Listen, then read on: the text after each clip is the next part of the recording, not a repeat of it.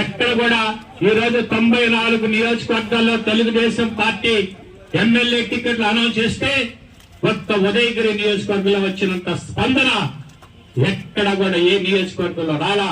ఈ రోజు వరకు కూడా ఒక్క కార్యకర్త కూడా అవతల ఎవరికైతే టికెట్స్ ఇచ్చారో వాళ్ళకు బాలేదంటే ఎంత నిజాయితీగా ఉన్నారో. నిజంగా రేపు గవర్నమెంట్ వస్తుందని అందరికీ తెలుసు. ఇక్కడ టికెట్ అనౌన్స్ చేశారు అవతల వాళ్ళకి, అయినా కూడా లెక్క చేయకుండా నిలబడ్డారంటే మీకు ఎన్నిసార్లు దండాలు పెట్టినా తక్కువ అని చెప్పేసి మీ అందరికీ మనవి చేసుకుంటూ నేను ఒకటే చెప్తున్నా, ఈ రోజు నా ఆవేదన అంతా నా కోసం, నా స్వార్థం కోసం కాదు.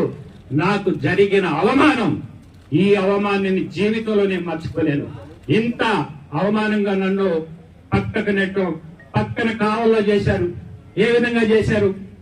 ఆయన దగ్గరికి నేనే వెళ్ళా, సుబ్బానాయుడు బ్రదర్ దగ్గరికి మెడ్రాస్కి వెళ్ళి వాళ్ళిద్దరిని సంజాయించి పార్టీకి చేయాలయ్యా, మనం పార్టీ గెలవాలా, ఇప్పుడైనా కానీ పార్టీ గెలవకపోతే రేపు అతను ఇంక ఈ గ్రామాల్లో గాని మేం గాని ఎవరు కూడా ఈ రాష్ట్రంలో కూడా ఉండలేము, జగన్మోహన్ రెడ్డి తాటికి పట్టుకోలేమని చెప్పేసి వాళ్ళందరినీ బతిలాడి నేను నా 2 సార్లు బాబు గారు, నేను ఒకసారి బాబు గారి దగ్గరికి వెళ్ళాను, వాళ్ళని సపరేట్ గా తీసుకెళ్లారు.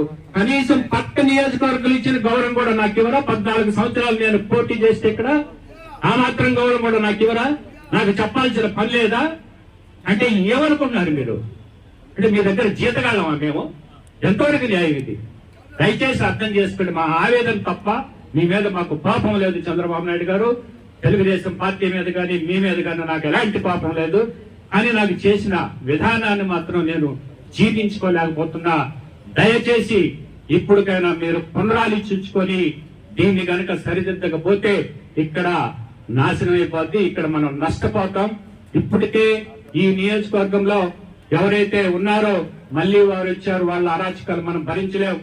నేను ఏ రోజైనా పక్క పార్టీ వాళ్ళ మీద కూడా కేసులు పెట్టలా. నేను మొట్టమొదటిగా ఎమ్మెల్యే అయినప్పుడు చాలా మంది 200 మంది ఇదే రూమ్ లో కూర్చొని సార్ వాడి మీద కేసు పెట్టాలి, ఇవే మీద కేసు పెట్టాలి, అంతమంది గతంలో వాడు నన్ను ఇబ్బంది పెట్టారన్నాడు. అవన్నీ పక్కన పెట్టేసండి, అభివృద్ధి చేసుకోండి, పనులు చేసుకోండి, కావాల్సిన 10 రూపాయలు డబ్బులు సంపాదించుకోండి అని చెప్పాను తప్ప నేను కేసులకి ప్రోత్సహించలా.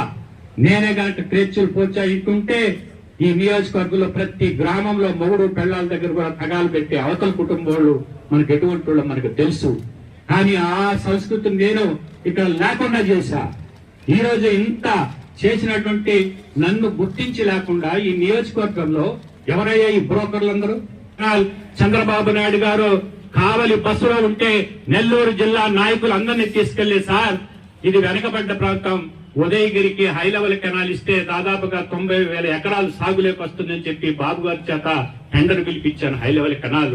వీళ్ళు వైసీపీ దుర్మార్గుల దాన్ని రీటెండర్ కింద, రివర్స్ టెండర్ కింద మళ్ళీ క్యాన్సిల్ చేశారు. అదే జల్దంకి మండలంలో 6 నెలల ముందు 2014 6 నెలల ముందు నేను చెప్పాను, నేను ఎమ్మెల్యేగా రావగానే 6 నెలల్లో దాన్ని కావలి కాలువని 6,000 క్యూసెక్ నుంచి 1000 క్యూసెక్లు చేస్తానని చెప్పేసి జల్దంకి నాయకులందరూ ఇక్కడ ఉన్నారు, అడగండి. ఎమ్మటే నేను దేవినేని ఉమా గారిని పిలిపించి 140 కోట్లతో టెండర్ పిలిపించి ఆ కాలువ కంప్లీట్ చేశాం. భట్టిపాటి కొండపనాయుడు గారి కాలువ, ఉత్తర కాలువ, దీన్ని కంప్లీట్ చేసి చివర 105 కిలోమీటర్ల కొన్ని గ్రామం వరకు నీళ్లు తీసుకున్న ఘనత తెలుగుదేశం పార్టీకి, దానికి నేను కృషి చేశానని చెప్పి మీ అందరికీ చెప్తున్నా.